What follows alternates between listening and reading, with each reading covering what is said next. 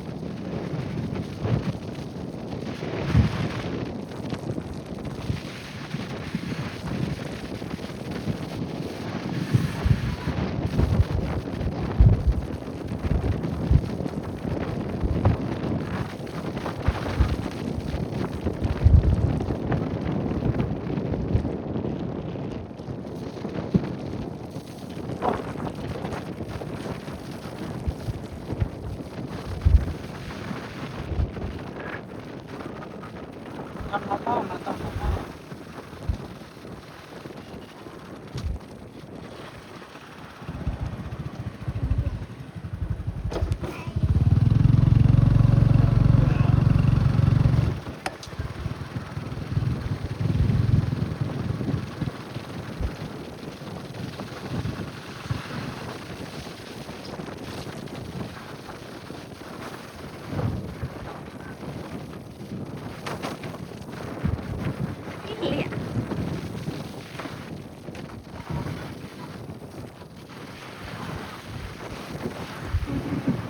เรือกันไปได้กรุ๊ปตัวจัดตัวกันร้อยเล่นไม่ชอได้ตลอดว่าใส่ถุงเท้านี่มาครับดิจิกรรม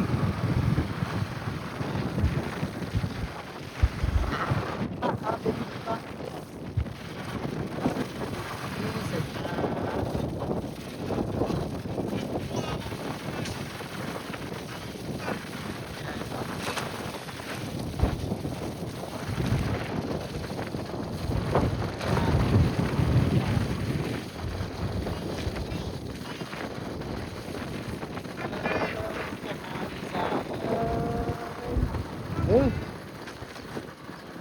เชงเชงเอ้ยเชงเชงเอาหมูเอาหมูอุ้ย